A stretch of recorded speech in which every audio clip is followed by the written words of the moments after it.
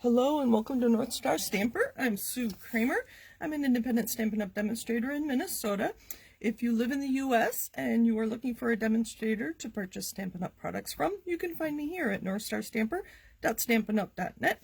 I have a new blog at northstarstamper.com, and I think of this as my hub that leads you to all these other places. So check me out on my blog, and at the end of the video I'll give you some reasons to check out my blog. Thank you for joining me today. Let's get started. So today we're using the Stamparatus one more time, and the stamps I've chosen are red rubber, and they have a cushion, so I don't need my black foam mat that comes with the Stamparatus. I should show you what we're doing today. We're going to make wreaths. So I'm going to show you how to stamp this. I won't be putting any cards together today, but I do have two samples to show you. This is one of them. So this stamp came from Forever Fern, and I can't remember which of those two I used. And I didn't like it as it went along, and you'll see as I stamp the wreath that you'll think I'm doing something wrong. It doesn't look right. Trust me, just finish your wreath and it'll all come together. And once you get these other elements on and put it on a card and add some pearls or whatever, it always comes together. So there's one sample. My second sample uses this double flower from Dress to Impress. You can see I just stamped it. And then, so I stamped, I believe in gray or black, I can't remember. And so I stamped my wreath, and then I went back and added these two elements to color in the flowers. I used a marker to color in the leaves. And then this little stamp, if you're going to try this wreath technique, this little stamp right here is a perfect one to add some little filler and just make it a little more, I don't know, fluffy, I guess. So you can see I used it there. Our new Fresh Freesia in color was used with that stamp. So this is a great stamp if you have this set. All right, so here's some other ones.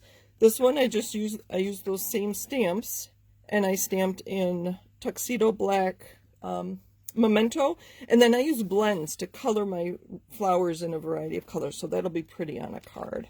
All right, let's get started. So I have grid paper on here.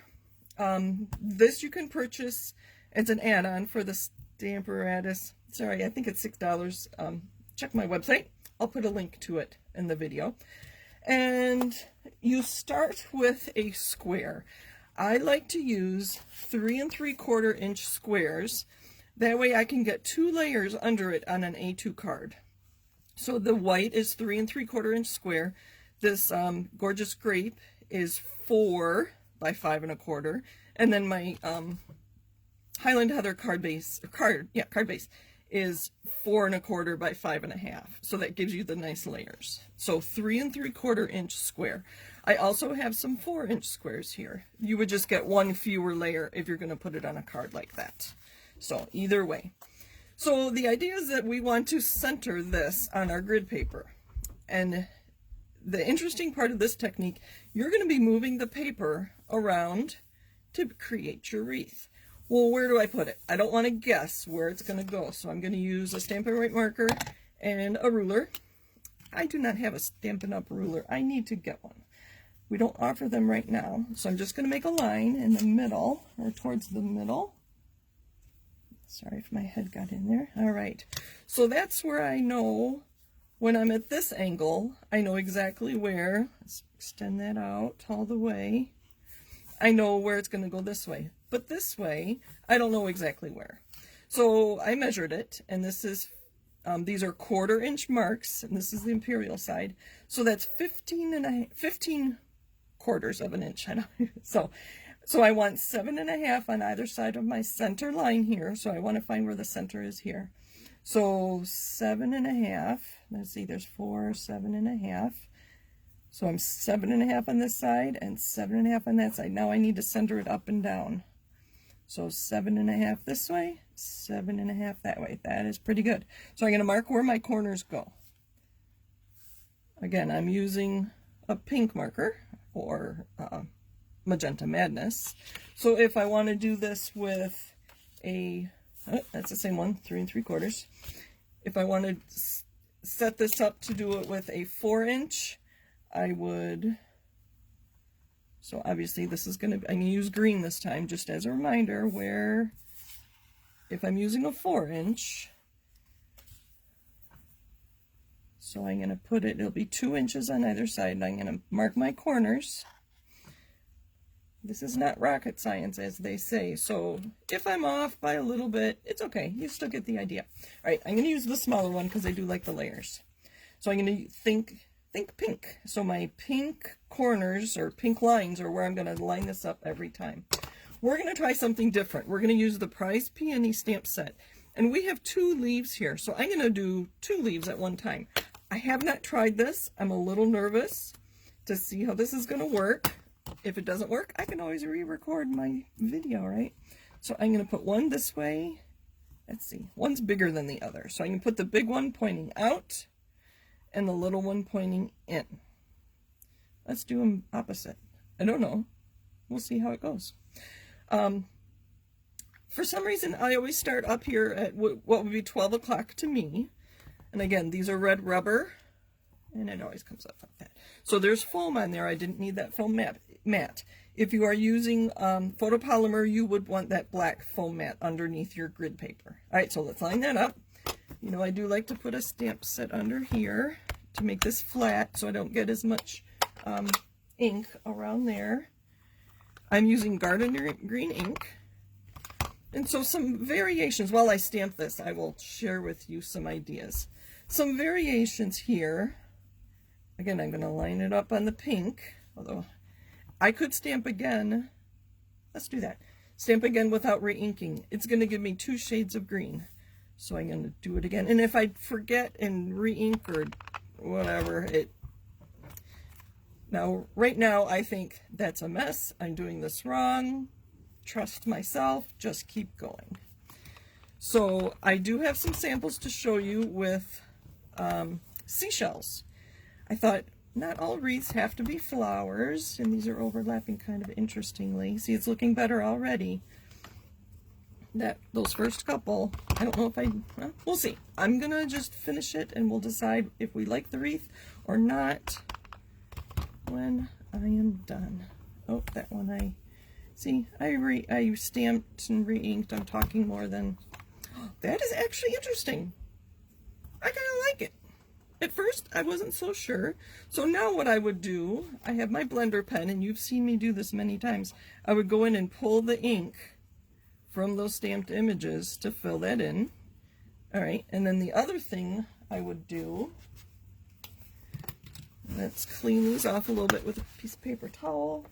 I have a piece of wet chamois here. Clean it off. I can have green all over my hands now. The other thing I would do is I'm going to take the smaller one of these, set that aside. So on one of those, I can't remember which one of my samples, oh goodness, sorry, I should think before I speak. Think before I start. Think of words before I start videotaping. I just made a general outline, then I filled in, but I think that is going to work perfectly with this. So I'm going to fill in with I don't have to ink them all. Or I like that even better. So I would pull out the green using a blender pen. You could use a water painter too. I like the blender pen because it doesn't add water to my cardstock. Adding water can make, if you add too much water, can make your cardstock warp. So I like to do this. So I would finish this and then add some either rhinestones or pearls. You can color in pearls with blends. These pretty pastels are a pretty color. That'd be a nice accent.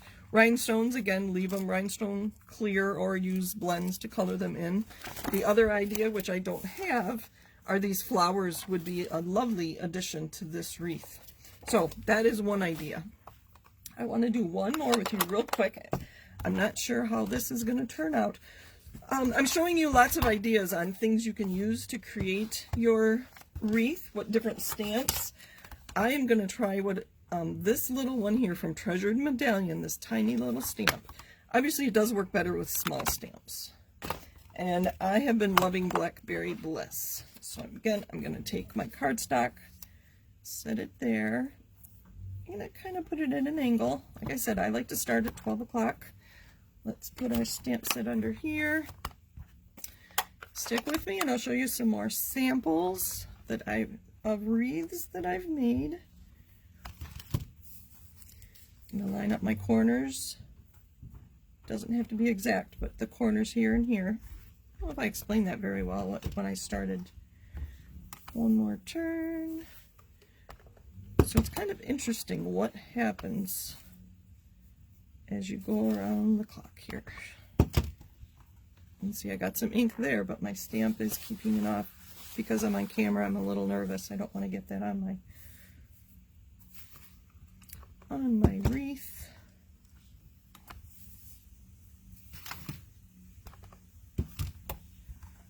So my corners go back in my pink corners. And then the lines. Now that's kind of bare. And I've done them.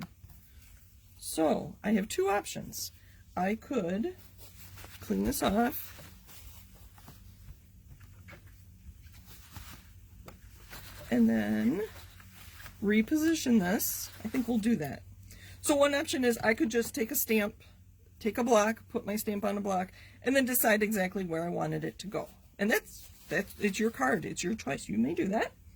Another idea is to stamp around again with this same stamp. So I'm going to put it, let's use a magnet to hold it just because I've already started my stamping. I'm going to put it at this angle. It's sticking to me. There we go. And I'm going to pick that up with my plate. Now let's go around again. I thought this would just be an interesting option. So now my corners go on the sides. Oh, I like it already. My corners go in my corners. I'm not sure what this is going to look like or what you would call this.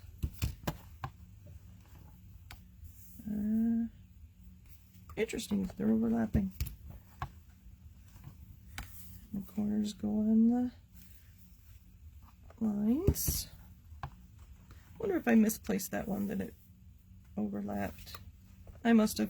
You probably saw it before I stamped, and you were probably thinking, Sue, don't stamp, your paper's not in the right place. That's okay. Handmade, handcrafted. That's, oh, see, there it is again. That's the beauty of it. Isn't that pretty? I might hand stamp one right there, or when I add my accents, make sure I add one there. You could add a die cut bow or lots of ideas. So let me show you my other ideas, or the other ones I've made. You will have to come to my blog to see what I do with all these other samples. So I showed you this one, and I showed you this one. So this was one of the first ones I did recently, and I used Hydrangea Haven. These stamps are bigger than they appear on the front. They are at 75. So this was the leaf I used, and I used, I think, soft succulent. And so I stamped, and I did my wreath, and then I went back, and without using my Stamparatus, just a block, I used this stamp to fill it in, and then these flowers are this filler flower right there. There's a couple options. One more full than the other. Just see what you like. And then here are the seashells I mentioned. So I used Friends Are Like Seashells for these. And the first one I did, oh, I can't remember what colors. Cinnamon cider, and then stamped off. So I stamped without re-inking Gray Granite, and then our new Pale Papaya. And then I wanted to put some blue in there. Well, we don't have Seaside Spray anymore, but stamped off Moonlight Mist will give you this lighter blue. So I stamped it off on a scratch piece of paper before I inked that. So those are my wreath samples. I'm going to make cards out of these, and I will post them all on my blog at northstarstamper.com. But here are some ideas to get you started. Thank you for joining me today. Happy stamping. I'll keep showing you them all and papers. So Thanks again. Bye for now.